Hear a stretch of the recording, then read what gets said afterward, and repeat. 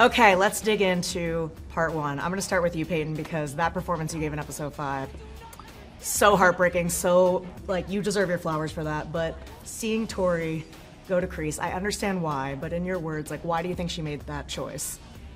Well, thanks, first of all. I think it was because of exactly what she said to Sam and Daniel, which is, you know, you're always gonna choose your daughter, and you're never gonna choose me. No, you just don't want me to beat your daughter. No. Because when push comes to shove, you're gonna choose her over me. No, it's not that, Tori. And so Tori had to make her decision after losing her mom, and she had to look out for herself, and that meant going to Kreese in the moment when she wasn't thinking straight right after a loss. But I think as her mind starts to clear up and she's sitting with this decision in Barcelona, she starts to realize just exactly what she's done. And I think that happens so many times in life where you make a decision in the moment when you're feeling all of these highs and lows, and then you have to sit with it. For sure. Tanner, by the way, I was upstairs and they were like, what's Tanner wearing today? And did you see his hair? So, they were really curious what your outfit, they were like, is he sleeveless? I was like, he sure is. I'm always sleeveless. Always sleeveless, you gotta be sleeveless. I'm always sleeveless. So how does Tori's choice affect Robbie, would you say, going into part 2? Going into part 2, I mean, he's a captain, like he's gotta have a clear mind. Yeah, but just like Tori, you know, I think Robbie has had a life where he's had to look out for himself and only himself. Yeah. And as much as he takes on being captain and being in charge of, you know, his friends and wanting to be there for them, he kind of comes back to looking after himself again and needing to know how he's going to resolve his life and how to get this person back into his life that he truly cares about.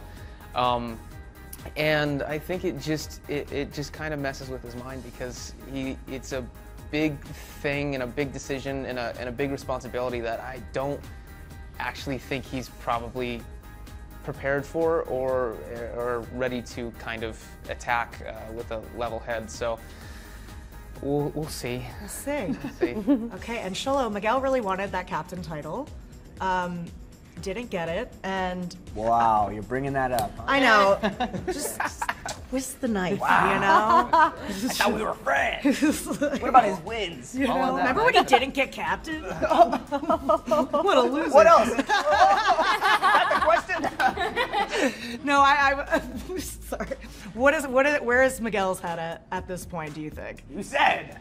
I think it's definitely, like you said, it's a loss on the chin, but at the same time, we still have work to do. Yeah. We're headed out to this world competition, so we still got to win. I think that's as far as I'm concerned. Now, if things start slipping up, if the team captain doesn't start team captaining, right, it might be curtains. I don't know. He's ready. And Mary, for you, Sam, obviously, I really love seeing Tori and Sam put their differences aside, especially in the sleepover episode. That episode cracked me up. It was so good. But what would you say her mindset is going into part 2? She sees this person she's just made amends with on the other side with Kreese. How is she feeling?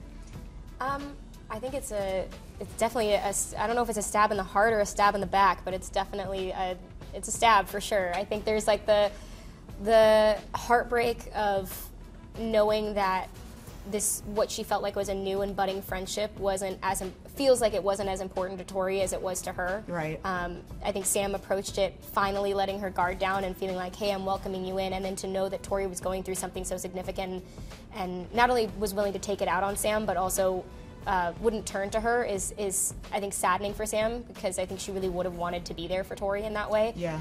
But then there's the side of not letting the karate slip either, where it's like, okay, there is still this has to get done. But I think she has heart and love for Tori regardless, and I think that's where the frustration comes from, is from a side of hurt rather than a side of just pure thoughtless anger. You know, I think she wants Tori to do well, but at the same time, you know, she feels that there's so much more on the line for her family that she is also thinking about. So I think that's like it's a super challenging moment, and especially it's always like, you know, when you first start becoming friends with somebody, and then like the most minor slip up will just like keep you up at night, where you're like, oh man, I really shouldn't have said that, because they don't know me well enough yet to know that I, you know. So I think there's a lot unsaid that Sam didn't get a chance yet to build that depth of relationship with Tori that she wishes she had gotten to have. Yeah, by the way, every day of my life, like chronic overshare. Chronic overshare. Dimitri and Hawk. Tension. Why do you apply to MIT? For real. We're all thinking that. I don't know, actually, yeah, I don't know why you just didn't apply. Explain yourself? Yeah. I heard him at all to write a 3-page essay and just apply. I'm coming at you guys like you're actually bad. It's true though. I think Hawks, like at the end of the day, the cornerstone of who he is, he still has that Eli chunk in him, and I think he can overthink and really get in his head about certain things. And going to this frat party really shook something up with Eli. Yes. That frat parties will do it, you know? Yeah, he really loved that. Yeah, so I think that just caused a lot of pause in him in what he wanted to do for the next 4 years of his life. And MIT, I think, with Dimitri would be a very brainiac-y experience. Right. Too nerdy, yeah, not enough party. I think Dimitri can't handle change very well.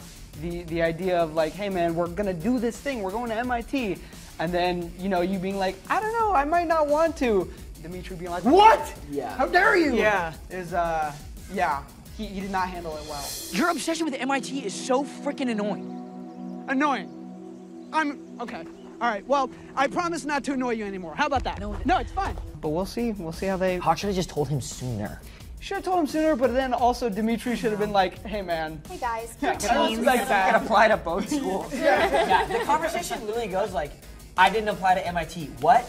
Well, you've been annoying about it. That's the conversation. Like, why? It's like, I got some stuff to say. Yeah. Well, thank you guys so much. I'm terrified for part 2 because, you know, in a 3-act structure, that's usually, it's usually going to be hard. So it's going to be rough. Thank you guys.